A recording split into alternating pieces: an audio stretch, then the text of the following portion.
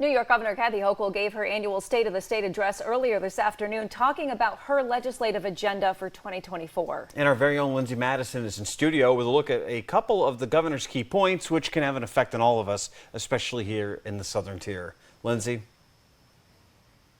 Nick and Renata, Governor Hochul's State of the State included 204 proposals for this legislative year. In her State of the State address, Hochul mentioned plans to continue to strengthen gun laws and continue to crack down on illegal cannabis dispensaries. During Governor Hochul's State of the State address, she announced proposals for things like the mental health crisis, working towards a more sustainable future, and public safety. She says if the government can't keep its citizens safe, then nothing else matters. Last year, we reduced gun violence, bringing shootings down by a third all across the state. Murders are down 21% in New York City, 38% upstate. Governor Hochul says the success in decreasing gun violence proves targeted strategies work. In her speech, she mentioned gun laws and how those in domestic violence situations must be protected. Governor Hochul says she is dedicating $20 million to prosecute abusers and take away their guns.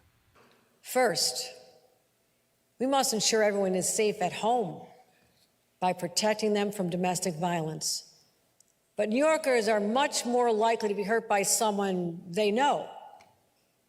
In 1/3 of assaults, the attacker and the victim have a prior relationship.